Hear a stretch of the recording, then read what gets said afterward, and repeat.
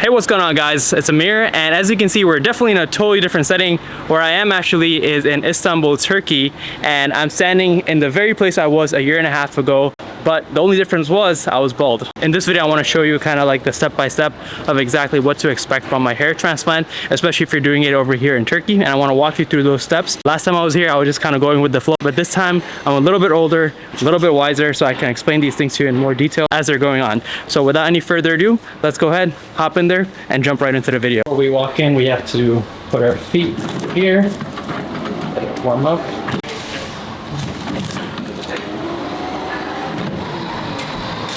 So before we jump into it, I want to give you guys a little bit of context about the patient. The guy that we're going to go see right now, his name is Vincent. He's coming all the way from Germany to get his hair transplant. So I'm going to pull up his starting point pictures over here. He seems to be at a Norwood 6. Primarily, his main loss is on his hairline and his mid-scalp. His crown hair definitely lost some density, but it's not as bad. I think the maximum amount of grafts will definitely be focused on the front and then slowly working its way back, gradually fading it in. After doing careful examination of his donor area, the doctor said that they can do 5,000 grafts in this session. And once the hair grows on his hairline and his mid-scalp, it's going to definitely frame his face a whole lot better and give him that nice facial structure. So let's go ahead and jump into the process and see how it all goes down. All right, we are inside of the clinic. What I'm doing is heading upstairs. That's the consultation room. This is typically step one of the actual hair transplant. So in the consultation room, they basically map out where they're going to be placing all of the grafts, how many grafts you'll approximately need, and basically that's where all the pre-planning goes down. This is the start of the consultation. If you remember from my hair transplant video, this is Gökhan, the medical consultant, aka the Picasso of natural hairlines. He starts by creating the hairline in accordance with the forehead muscles of Vincent. After careful and strategic planning, it is then reviewed by the doctor to make sure that it is exactly what the patient is looking for and it matches up with the plan and the grafts and everything that they need to move forward with the process. The lady that you see over here is his German translator, since German is his native language. She's guiding him throughout the process to ensure that there's clear communication between him and the staff, and will be there with him throughout the entirety of the process to make sure everything goes smooth. Once all the planning is done, we go down to get the blood work done for the PRP, as well as to make sure that his blood pressure is right, as well as to check for all the prerequisites needed to get him ready for the hair transplant. Now comes the fun part, which is the buzzing of the actual hair. This is going to be probably the most transformational part. After they shaved his head, they moved on by making some final drawings and took pictures of where the grafts will be placed and where they will be extracted from. And before we knew it, we were in the surgery room starting the anesthesia and getting the hair transplant finally started. If you're wondering why I'm wearing this, we're actually headed down into the operation room where they're doing anesthesia on the patients, as well as basically the whole hair transplant is going to go down. So let's take a look at how the anesthesia stuff. So it's so cool to see the stuff from a third person's point of view than being the first person. So I know what was actually done to me, actually seeing it all on film, because you don't know like the extent of or how these things look until you see it first person. This is my first time seeing it, and I'm excited to show you guys how it goes down. This is the anesthesia itself, but before this, they take this needle-free gun and they go over it all over your head to reduce the impact of the needles of the actual anesthesia. The numbing process takes about 5 to 10 minutes. This is known as probably the most painful part, but once you get through this part, the rest is all smooth sailing because you'll be totally numb and won't feel a thing. And now the extractions begin. At this point, Vincent is fully numb and he can't feel a thing. She's using this mechanical tool to extract the grafts from the right, middle to left. And then, by the way, this is the same tech that did my extractions as well. The doctor comes in from time to time to ensure everything is going smoothly, while the tech on the other side is cleaning, prepping, and separating the grafts from single, double, and triple to be prepped for the hair transplant for when they actually transplant the grafts. This part of the surgery takes anywhere in between 3 to 4 hours, depending on the amount of grafts that they're extracting. After a brief lunch break comes the most fun yet the most important part, which is the incision. This part is carried out by Dr. Mahir himself. He's making precise incision with the sapphire blade. This is known as the sapphire FUE method.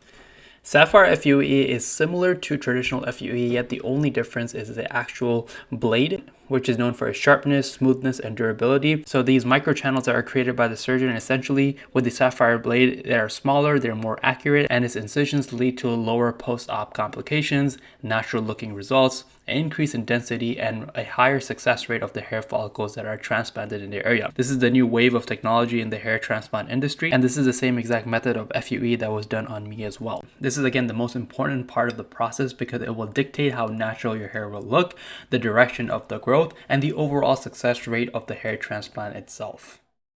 Once that's successfully completed, it's time for the actual transplantation itself. The team of trichologists will come in and transplant the single, double, and triple grafts in the appropriate areas that will create a natural look, achieve the best coverage and density with the available grafts. This is the final yet a critical part of the procedure. That's why it's also monitored by the doctor to ensure everything goes smoothly. So that was actually quite a lengthy process, seeing that from a third person's point of view.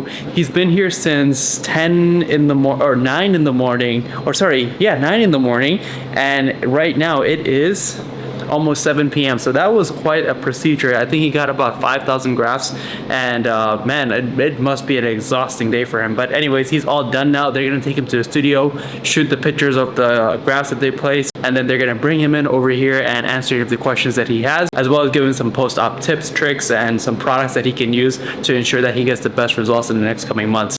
Straight to the wall. I cannot move my head that much. And back side, please.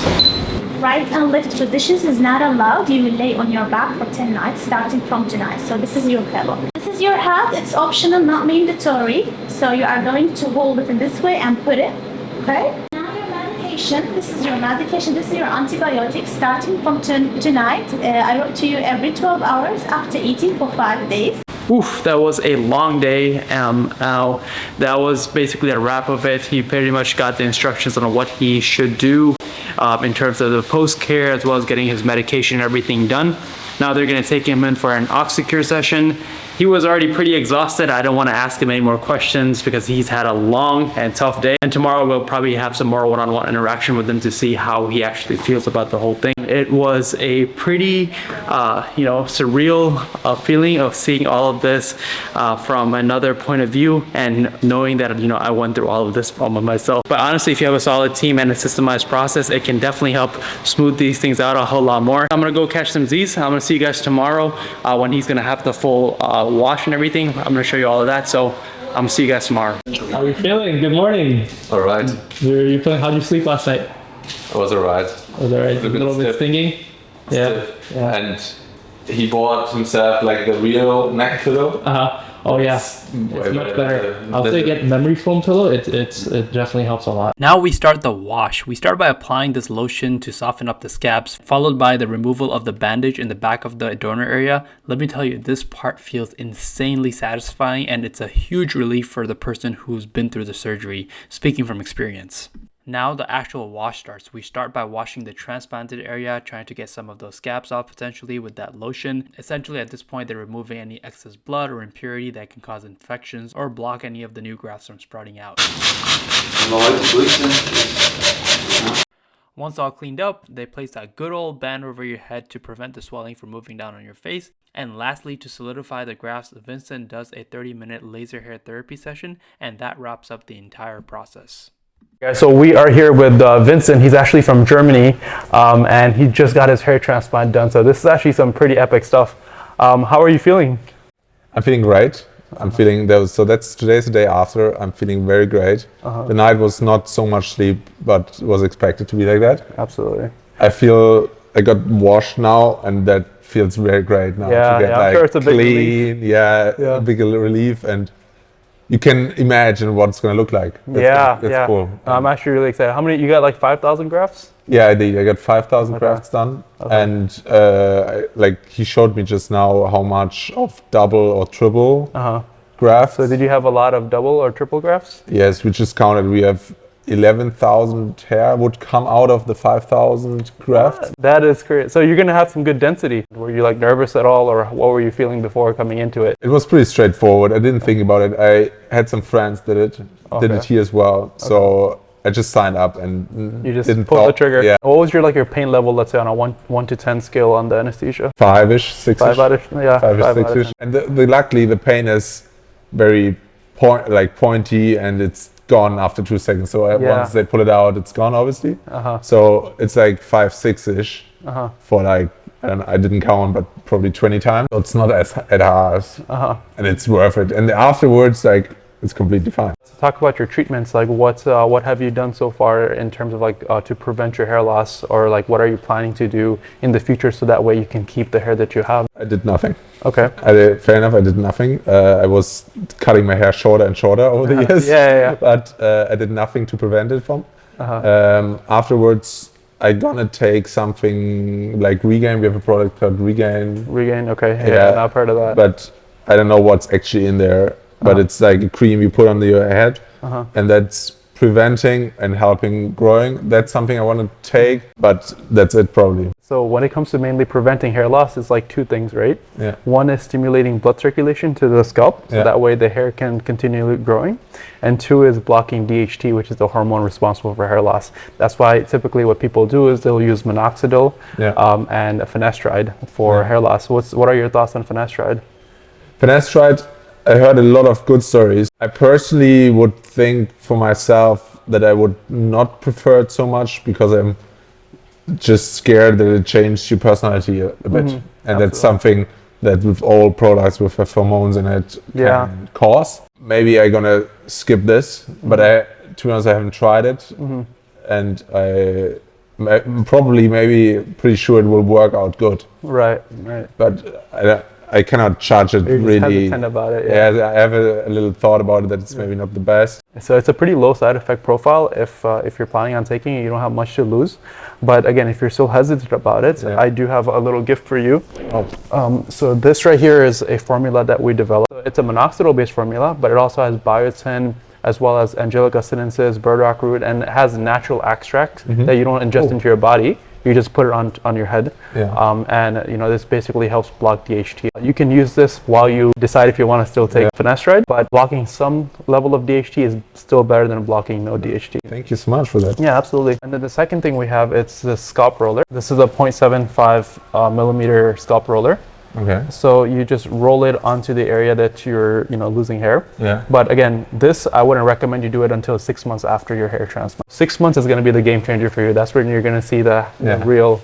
I'm going to get married in 8 months. Okay. Next July, so I'm looking forward for that. Oh, that's going to be amazing. So my friend actually who got a hair transplant here, he didn't want to take finasteride or anything. He's like, I'm just getting the hair transplant so I can get married. He got the hair transplant. 2nd month, this guy is married. Yeah. And now he's like, oh, I don't care if I lose the hair. That's not the reason why I did, but I just want to look good for the wedding. Of course. Obviously, yeah. right? So thank you so much, Vincent. Thank you. I'll definitely follow up with you in the next few months, and we can just take it from there.